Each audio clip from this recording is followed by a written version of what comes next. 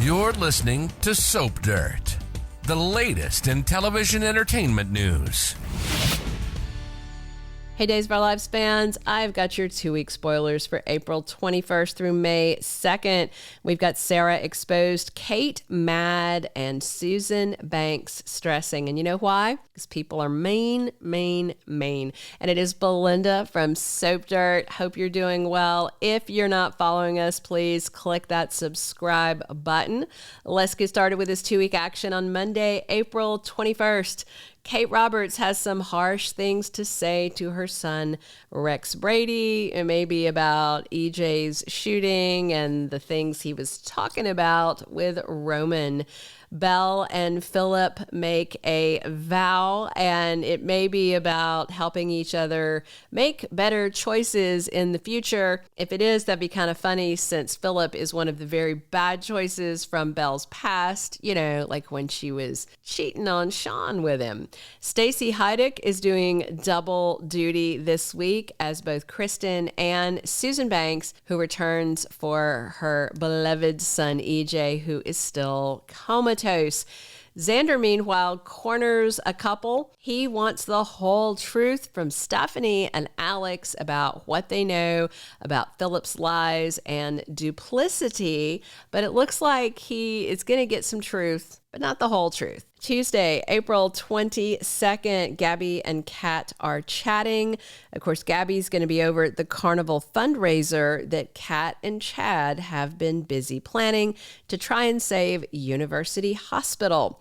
Johnny's emotions are all over the place on Tuesday's Days of Our Lives. He is unsure how to feel, and that could be about his dad's prognosis because EJ wakes up from his coma. It's just been a couple of weeks. That's not too bad in terms of soap coma times. You know, it can be a year. It could be 7 years if you're Beau Brady. So obviously EJ knows who shot him, but how long until we all find out?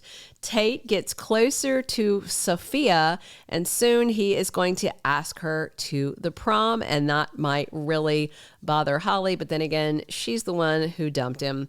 Wednesday, April 23rd, it's time for the big hospital fundraiser.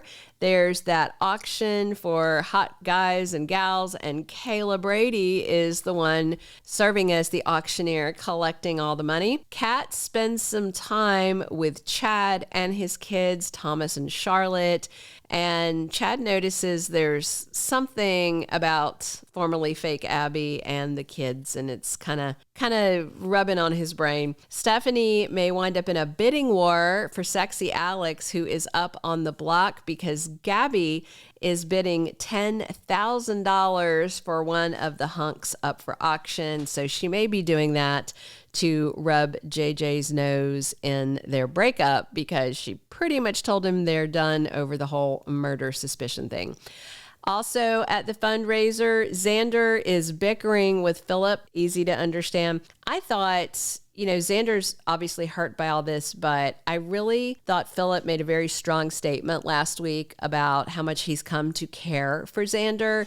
And hopefully that's going to sink in once the initial anger kind of fades away from Xander, who for some reason takes off his shirt at the carnival. Now, I don't know if they're going to auction off the shirt or they're going to put him up there. I mean, he's a married man, but I think most of the ladies in Salem still might want to bid, at least to get a chance to touch the pecs. We'll see how it goes. Thursday, April 24th. Now, not only is this the first day of May sweeps, but it's also the very first episode written by the new head writers, Paula Quickly and Jean Marie Ford.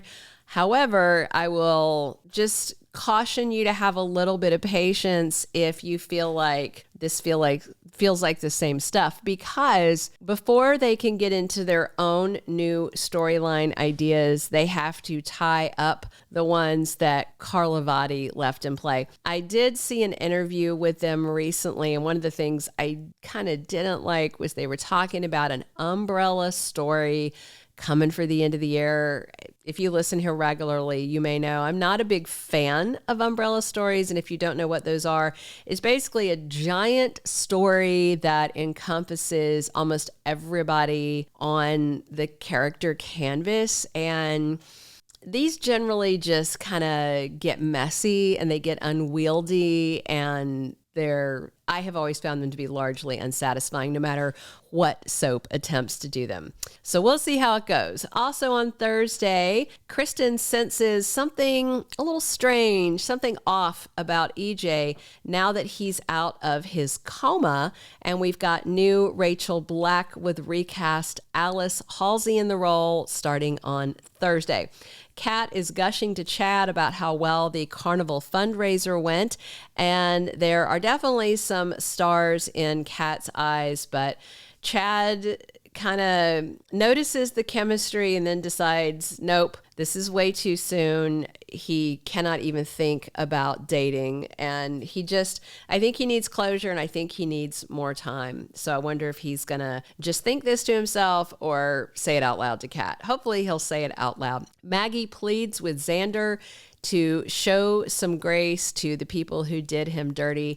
And I think she's laying groundwork for him to forgive Sarah, who obviously at some point he's going to find out about. JJ wants to be with Gabi, but she is fighting with him this week because she's still very mad about those pesky murder accusations. We're going to wind up week 1 on Friday, April 25th with a big Beau Brady update that's going to make Sean Brady very, very happy. Belle makes a confession to EJ, and I'm not sure what day it's going to happen this week, so that's why I've got it down here in Friday. But Chanel is thrilled to tell Johnny that Amy Choi said they can adopt her grandbaby, but on Friday we're going to see Johnny doubting himself. Meanwhile, Paulina is thrilled with the adoption news, and she and Chanel have a big ol' sweet mother-daughter moment, and Jada tells Rafe that they should just walk away. Things need to be over between them. Going into the next week, April 28th through May 2nd. Big stuff. Within these 2 weeks, we should finally see what Rafe captured on his not so hidden camera. That was the worst camera hiding I've ever seen. I don't know if they just didn't have a small enough thing to use as a camera. I mean, it was literally huge and sitting right there in plain sight. I don't understand how the police came to investigate the shooting and didn't see that huge thing hanging off that tchotchke that was on the table.